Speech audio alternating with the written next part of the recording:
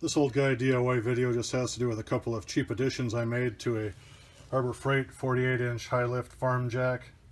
So I've seen guys buy different apparatus that go here on the bottom of the foot so you can pull up fence posts and that type of thing. All I did is took a 1/2-inch shackle and put it through the hole, so then I can just hook a chain onto this. And on the top, since this unit didn't come with some type of piece of steel or whatever on the top, I also took a 1/2-inch shackle here. I had to drill the hole out a little bit with a step drill, but I took that 1/2-inch shackle and then I just made a little hook assembly.